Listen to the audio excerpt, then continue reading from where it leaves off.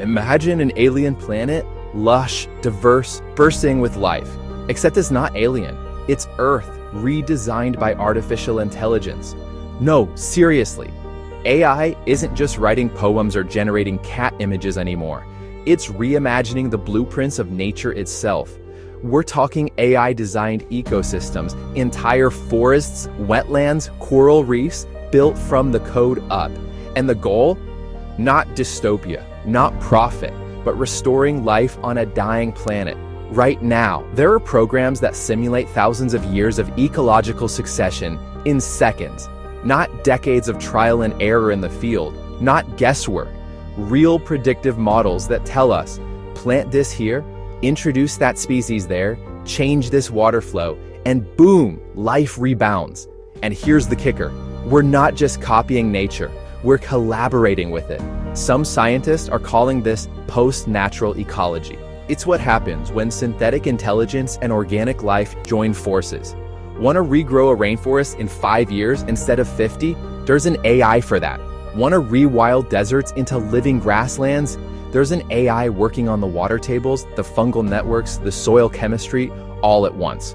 These models ingest satellite data, local weather, historical species migration patterns, fungal spore dispersal maps, and even the movement patterns of apex predators. Then they simulate millions of variations, hundreds of parallel Earths, and tell us which one heals best. And it's not just researchers. Artists are getting involved too. Picture this. A sculptor and a climate modeler co-create a living installation, a meadow designed by neural networks, shaped by human hands, seeded with native wildflowers chosen by AI for optimal pollinator resurgence. We're entering an era where landscapes are co-authored. Think about that. A park in Brooklyn could be designed to regenerate bees. A rooftop in Tokyo might be optimized to host migrating butterflies. And you're not just walking through a pretty garden. You're walking through an AI-sculpted machine of ecological repair. There's a program out of the UK that's already regenerating peat bogs, one of the most powerful carbon sinks on Earth, using AI to model water retention, moss growth, and human foot traffic to design better trails and planting maps. In California, AI helped design fire-resistant forests, not just by choosing the right trees, but by modeling wind patterns, fire spread, and even historical lightning strikes. But if you want the most ambitious, real-world version of this, look no further than Restor, a platform developed by Zurich's Crowther Lab, with support from Google's Earth Engine. Restor is like Google Maps, but for the planet's recovery.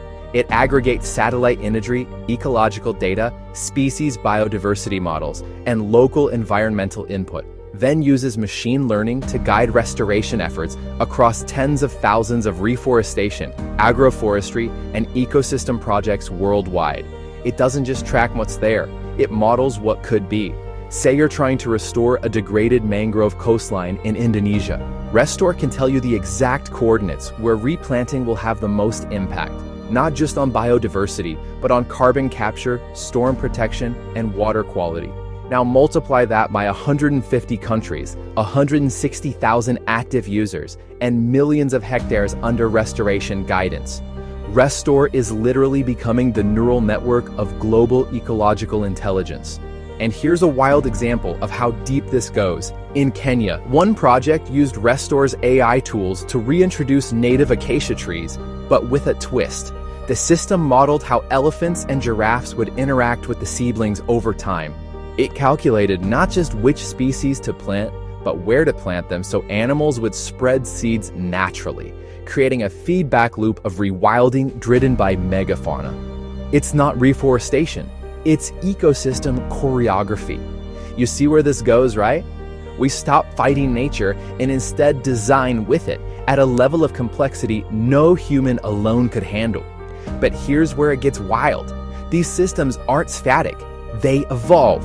AI-generated ecosystems are living algorithms. They keep learning, adjusting, reacting. In some cases, the AI lives in the system, monitoring soil health, water cycles, CO2 absorption, and updating the blueprint in real time. It's like SimCity, but for forests. Except there's no undo button, which is why this isn't just science, it's ethics, it's art, it's philosophy. Who gets to decide what an ideal ecosystem should be? Is the goal maximum biodiversity? Maximum carbon capture? What if those things conflict? What if a perfectly efficient ecosystem is ugly or inhospitable to humans? There are already AI proposals that suggest we rewild urban spaces by removing people. That's why artists are critical here, not just as decorators, but as ethicists, as visionaries, as culture shapers. One project in Australia used AI to regenerate floodplains, but let local indigenous artists direct the layout. The result? A system that wasn't just ecologically efficient, it was culturally resonant, spiritually accurate, human. That's what makes this revolution different from past green tech. It's not just about engineering solutions, it's about telling better stories about what's possible. And maybe the most powerful story is this: we don't have to return to some prehistoric ideal. We can imagine new natures that never existed before. There's a lab in Germany creating speculative future ecosystems for Mars terraforming, and using those same algorithms to redesign abandoned mining sites on Earth, terraforming Earth with Mars tools. Let that sink in. And what if we pushed even further? Bioengineers are now using AI to design synthetic species like lab-grown algae that capture 10 times more carbon, or fungi engineered to degrade plastic. When you plug those into an AI-generated forest, you get hybrid ecosystems, half natural, half designed, still wild, still alive, not sterile greenhouses, living, breathing, AI-tuned worlds. Now, some people hear this and go, whoa, Frankenforests? But here's the truth. We're already living in artificial ecosystems, cities, farmlands, golf courses. What AI offers is the chance to redesign those systems intelligently, regeneratively, beautifully. And yeah, it's going to be weird. Some of the most successful ecosystem designs include bizarre combinations of species, mushrooms grown on old car tires, bioluminescent coral gardens inside oil rigs, even genetically edited goats that eat invasive weeds in controlled patterns guided by AI drones. It sounds sci-fi, because it is, but it's also happening now. This isn't about controlling nature, it's about collaborating with it at scale. It's about designing habitats that heal, landscapes that learn, forests that think.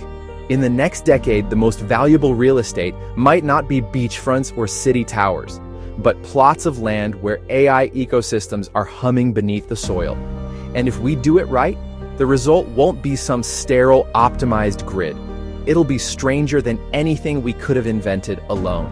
Because when nature and intelligence evolve together, the outcome is always wild, literally. So next time you walk through a park, ask yourself, was this grown or designed? And in the future, will there be a difference?